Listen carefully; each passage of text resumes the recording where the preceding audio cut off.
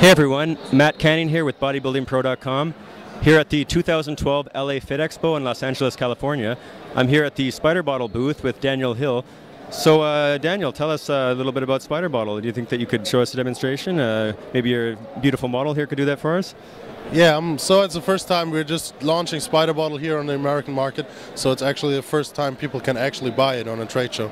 So it will pop up in all the stores all over California and of course America in the next few weeks. And of course Mary will now present you how Mary. It works. Great, go ahead. Hi, I'm Mary Radpova, one of the spokesmodels with Spider Bottle, and I just want to show you how this works. We have a shaker bottle that has two different compartments. This could store either your pills, or you could take it out, remove it, and put it back in. These guys are $10. So you can put in your powder, close it up. Yep. Inside the shaker cup, we have this is a spring that goes up and down and works as a strainer and also as a blender. Close the cap, you shake it up, and you have a great shake. Twist the cap, and this is made for travel. What's the cost, Mary? These retail in stores for $12. We also have the Monster, which is a bigger size, and then we have the Mini. And how can we find Spider Bottle on the internet? www.spiderbottle.com. Can you show us again the pill storage and protein storage that goes in the bottom? This is your pill storage. You could also remove it. So you could have two compartments, one for pre, one for post, or one for your protein, any kind of powder you'd like. First of all, I've never seen anything like that before. It obviously looks pretty top of the line, the Bentley of bottles, essentially. So I'll definitely be happy to take a review bottled and put the review on my website, bodybuildingpro.com, and let everybody know what I think. But for the price and also for the quality, it looks fairly good. So do you have anything else to tell the fans? I just want to say this is one of the best bottles so far. So whatever you see out there is a Honda, and this is a Bentley. Thank you, Mary. So Daniel, it's looking like a good time here at the expo and at the booth. So just tell us how you're enjoying yourself. What's in with your future in terms of plans and what's on your agenda? So, well, right after traveling last year a lot for Multipower Professional after their launch in Germany, I also got involved with Janssen Ionized Water, which I will take the distribution to Germany, and also the Energy Care arm wrists that Jay Cutler, Phil Heath, Ronnie Coleman also are endorsed with. I will bring them to the German market. I will also have some trade shows in Germany that I have to organize right now. I opened my first supplement store in Germany that is also my warehouse just a few months ago. Working, of course, for my sponsors, now also the distributor in America for Spider Bottle. And so there's a lot of different projects I'm working on. A few I cannot talk about. But what I definitely want to do this year is preparing for the Tampa, Dallas, Arnold Classic Europe, and London Grand Prix in October. So my shows will be basically in August and October. And Gunther wants me to gain a little weight, of course, now, focus a little bit on the off season until around May when we start the diet. And then diet down, of course, and hopefully present a good package, trying to be at my best, hopefully, which is always a little tough because of all the stress. Business means also stress and also a limitation on your time. So even if you train 100% correctly, even if you sleep 100% correctly, there are so many things that occupy your mind that will take away your focus a little bit and your energy. I mean, your resources. You start every day with a limited amount of energy, and as soon as you do different things in bodybuilding, they're getting spent on other things, which is always bad, and also the cortisol levels will raise too high to bring your best condition. But of course, it is all it is no excuse. Of course, you're on stage, you are the way you look, and so for me, it's more right now a compromise until I will anyways reach my ultimate peak in my condition and in my physique, which is not before 30s at my height of over 6 feet. So I'm basically between 6 feet and 6'1". So basically doing my best and trying to do whatever I can as good as I can. I have Gunther on my side. I have a few good sponsors. I'm working good in business right now, which I'm feeling very good, and it's a beautiful game that I basically enjoy right now, and looking forward to anything that comes. Well, Daniel, you talked about cortisol levels and how they can affect your condition, and I think that it's not talked about enough that, well, you know, that you did a lot of photo shoots, you know, over 150 in 2 years. That's right? And you know, like obviously this kind of stress, just being under the hot lights and everything, will have an effect. I don't think people talk about that enough. Another thing is, I think that some bodybuilders, you know, like Dexter Jackson doesn't have to be 100% to compete, you know, but you know, in your case, I feel that in certain areas you have to be 100%. I feel that your chest will, just holding a little bit of water, it looks night and day.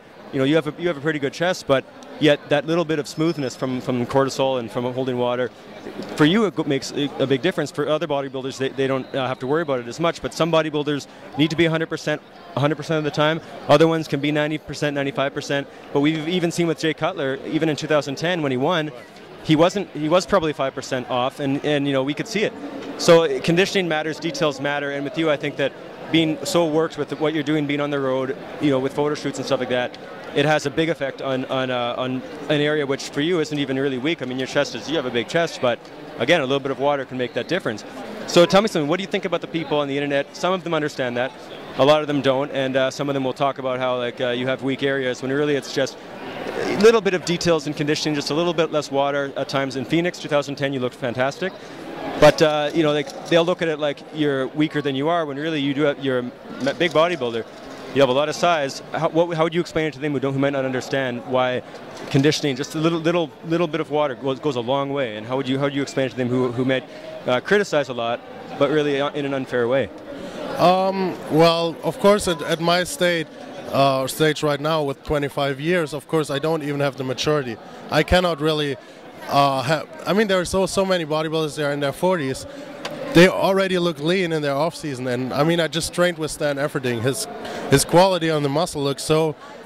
Even now, a few weeks out, he looks sharper than I could ever be on stage, and so you cannot really beat that. And for me, having those placings, even being 13th place last year at the Flex Pro, of placing in front of guys that won the World Games, for me it is a huge success, and it definitely describes admitting that I was not at my strongest and admitting that I was not in my best condition, beating guys that won huge shows in this world.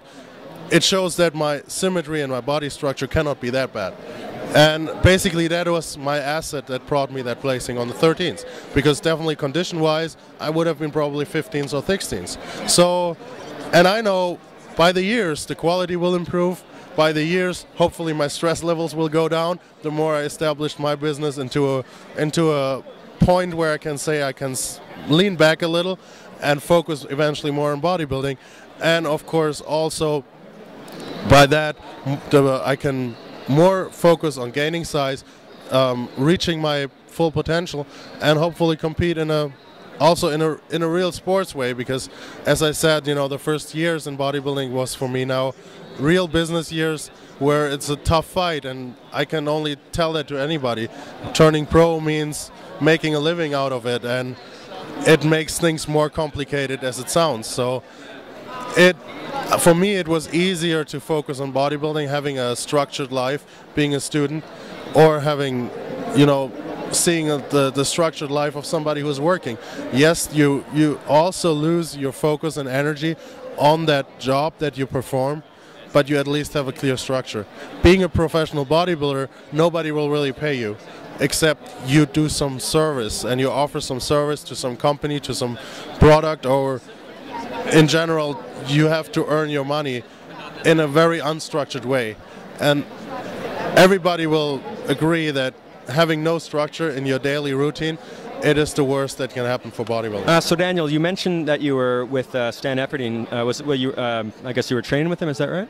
Yeah, we had some video shoots for flexonline.com, and yeah, we were training in Las Vegas. He was just getting ready for the Flex Pro in 4 weeks, or in 3 weeks now. 4 weeks last week it was, and yeah, it was an interesting experience, because his training style is much different than mine. So he's much more explosive, and it comes from years and years of powerlifting that he did in his past, while I always was already focused more on training for bodybuilding and not focused on the single reps for maximum weight. Well, you know, Daniel, I saw a YouTube video of you. You were deadlifting 660 for reps, you know, and that I don't know if you really stopped and thought about it very much, Stan Efferding is one of the best. He's the strongest pro bodybuilder. His deadlift's about 825. Johnny Jackson, similar numbers. You know, he's looking at around 820 deadlift.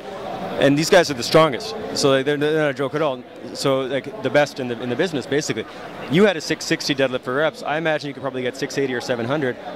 Not a lot of pro bodybuilders. I mean, maybe they do it, but they don't show proof of it on video. You have video proof of doing 660 for reps. How did you get so strong? I mean, did you train powerlifting style at all, or did it just sort of happen with your regular training? Already when I was really young, I mean, in the years when I was 16 to 20, that was basically, I think, the years I did some crazy ego training sometimes where I really went so heavy that it was definitely not smart. I always liked to train heavy. I always believed that even in a diet I should train as heavy as I can to keep and protect the muscle and to set the maximum stimulation of the muscle fibers in order to keep them when having a caloric deficit. So I always try to be as strong as possible, and I mean, for bodybuilding you can almost say that strength is a curse. I mean, the more weights you use, the more risky the training gets, and the more the risk is there to hurt and injure yourself. So I tried even to avoid at some point to do the heavy squats, but once in a while, you know, you just want to do it, and you just want to test your limits and how far you can go. And so I still love training heavy. There was a point actually I remember when I was 22, and the junior division of the powerlifting goes to 23. So. And a lot of people were telling me I should do the German nationals in powerlifting, as I would have had good chances to win there. But I was already professional. I didn't want to risk it, and I seen already where my pro career was going, and so one injury can, you know, ruin everything. So I never really, you know, dared to go there. But I enjoy training heavy once in a while. Well, you know, that makes it even more impressive because 660 and for reps. So now, you know, to finish the interview, could you tell us how we could find you on the internet? You know, how could we maybe find Spider Bottle, any of your sponsors? Anything you want to say? Just now, if you could go through that and tell all the fans. Well, what I first of all would like to say, you know, I always would recommend everybody who is doing bodybuilding, don't do this as a single only thing. I met a lot of bodybuilders in my career already, and if you look at the pro scene, those who only have bodybuilding and nothing else, those are usually the ones who are not happy with their lives, who are sad, and most of the time even angry and maybe even arrogant because they want to overplay their insecurity or their unhappiness. So whatever you do in life, never do only bodybuilding. Just get something else to have a balance in it. And I think that's when bodybuilding turns from a job or from something that is more a limitation into a blessing, where it's more freeing and it gives you a balance. So you can find me on bigdanhill.tv, bigdanhill.com, which is more my biography. TV is the website where I have all the videos, and also now we start a new website, rtsfitness.com, rts-fitness.com, which will be a project between Gunther and me, and we are launching our next DVD, my third DVD now, which is The Road to Success. That's what RTS stands for. And this will be published at the Arnold Classic for the first time. And excited for the next year, see what everything brings. And I'm excited to compete again because, I mean, there is a competitor in me, and I want to show at my best. And sooner or later it will happen. I hope it will be this year. Well, you know, Daniel, I'm very happy to see you all the time. I think you're looking very well. You obviously, like I say, you have interest in a lot of different things. I have your first DVD. I guess I'll be seeing your third one, but when it comes out at the Arnold, and I hope to see you again there. You know, everybody who's watching, I think Daniel's a really nice guy to talk to, really engaging with the fans. Something I think maybe bodybuilding needs a little bit more of. But he already went over the different places that you can find him. I know a lot of you watching are on Facebook, so you can definitely find him on there.